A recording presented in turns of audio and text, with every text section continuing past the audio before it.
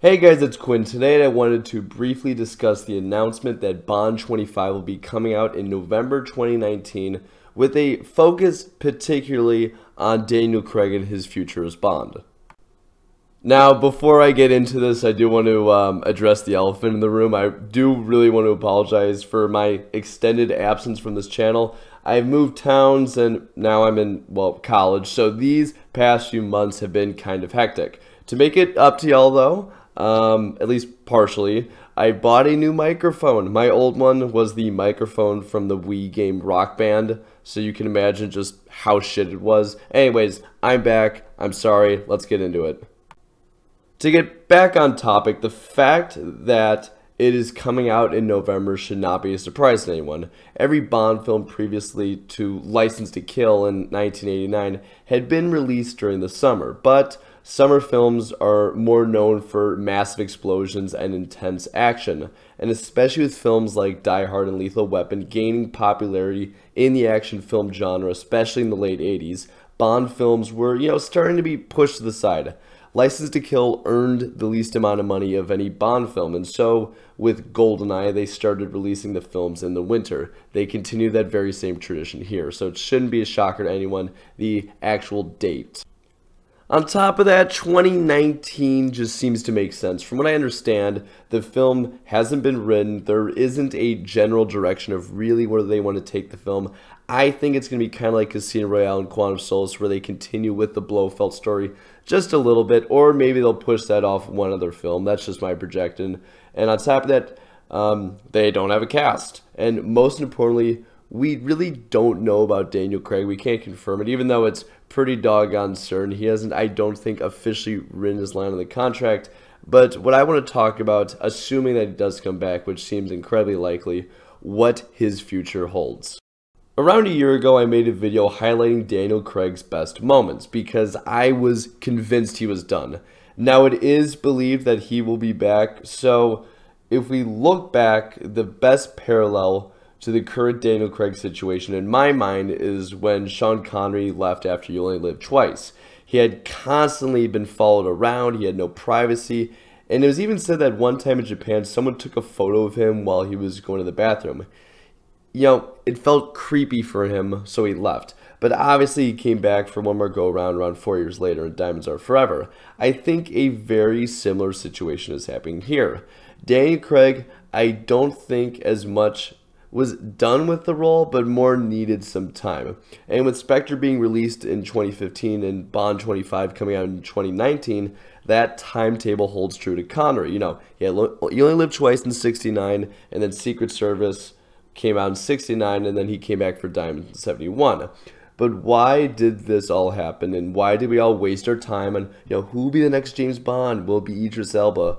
Even before Spectre came out, when it looked like Craig will be with us at least for one more go-around. I think the biggest thing that we always forget for these actors is that when you take on this role in particular, it sort of consumes, number one, your career, obviously, but number two, to a certain respect, your life.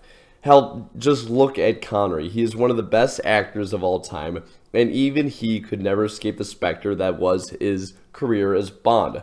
He made many great films before and especially after, but that became his legacy, whether it's for the good or the bad.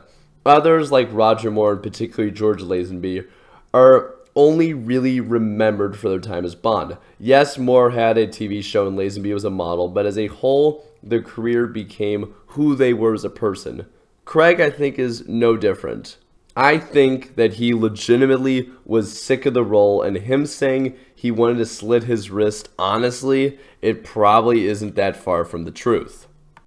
I'll give you an example. A story I heard once involved Timothy Dalton. He was on a vacation trip at a lake when this old lady approached him. She seemed giddy, so he just sort of reluctantly introduced himself to the whole, I'm James Bond, the whole 007 thing. The lady responded that she didn't know what he was talking about and pretty much just wanted to talk to him. So they did, they had a great time, and Dalton recalled this as one of the best times as Bond, as a time that he actually cherished. If you look at another example, I think most people would agree that Roger Moore is the most kind actor to play 007. After his death, a story was told about a kid who met Roger Moore at an airport back in like the 60s or 70s. The kid went up to Moore, called him Bond, and asked him what he was doing. Moore said he was on a secret mission to, kill Blofeld, winked to the kid, and gave him a good time, right? Later in life, when the kid was an adult, he was working in an ad that happened to have Moore perform in it. The adult went up to him and told him the story, and Moore said he forgot it. Later, when they were alone, Moore winked at the kid, told him, of course, he remembers everything, and I just didn't want anyone to hear it because you never know when Blofeld was listening. My point in telling these stories is the exact same. Every man who plays Bond knows that this is going to be their life forever. Dalton needed a break. Craig and Connery, I think, were consumed by it, and Moore used it to bring joy in ways that he as an individual just simply couldn't.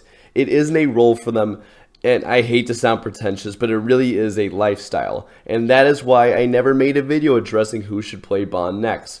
Because who the hell knows?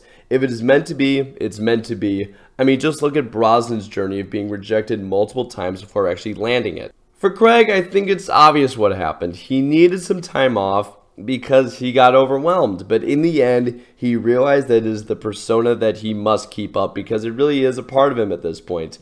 He's so damn good at it at this point that he might as well just carry it. Therefore, and to finally tie it back to the point of the video, I think that him doing one more go-round is something that every Bond fan should be thankful of.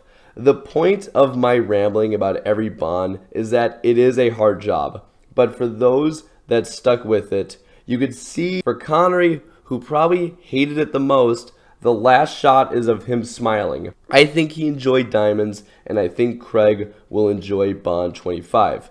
Will it be his last? I could almost guarantee it, but that is fine with me.